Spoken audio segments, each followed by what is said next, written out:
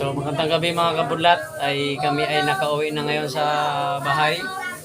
Kakagaling lang ho namin mag-release ng akap.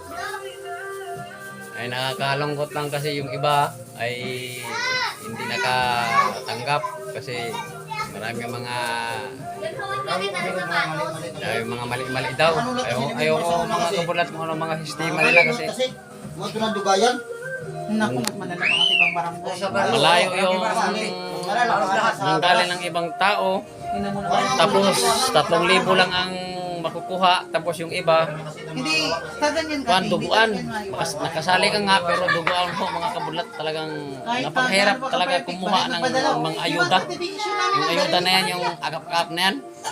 Okay lang sana ho mga kabudlat kung kahit makuha ng proseso basta yung una kasi nakakuha mga kabudlat ay tag 10,000. Tapos yung pangalawa, yung ngayon, yung second batch 3,000 ho mga kabudlat. Hindi namin alam pero okay na yun sa kasi konting tulong. Appreciate din namin yung kabutihan.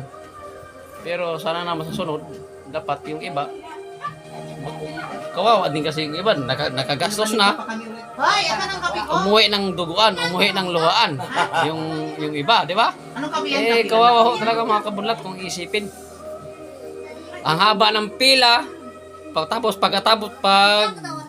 pag magadoon ka na sa kanila, interviewin ka na, marami naman ng mga papel na mga mali, ulitin, ano. Hanggang abutan ng gabi. Kaya lang mga kabudlat, anong oras na kauwi lang namin ngayon? Wala talaga. Yung lugar namin, napakalayo. Ang pamasahe, 500 balikan. Ako dalawa akong damit bago ko. Ta. Isip ako dalawa pagsalon. Ano, ay yung iba, nangutang doon ng pamasahe, binapla ako sa kanila kontra akap. Ngayon kayong iba kayo hindi nakakuha. Nga sila ngayon. Kaya kawawa nga kabudlat. Nako, anong klaseng sistema ito? Thank you for watching.